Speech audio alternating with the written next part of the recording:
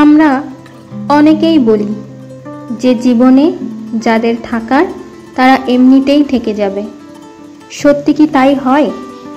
একটা গাছও যত্ন ছাড়া বেড়ে ওঠে না। তাহলে একটা মানুষ কি করে কোনো রকম আশা আকাঙ্ক্ষা চাহিদা পূরণ না করেই থেকে যাবে?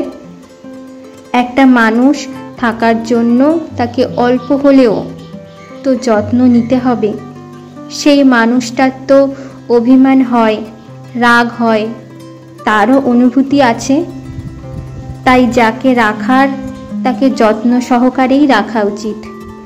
ওই দায় সারা যে থাকার সে এমনিতেই থেকে যাবে, এই ধারণাটা কিন্তু একদম ভুল। সত্যি আমার মনে হয় ভালোবাসার মানুষগুলোকে একটু যত্ন করে রাখলে দ্বিগুণ করে ভালোবাসা ফেরত পাওয়া যায়।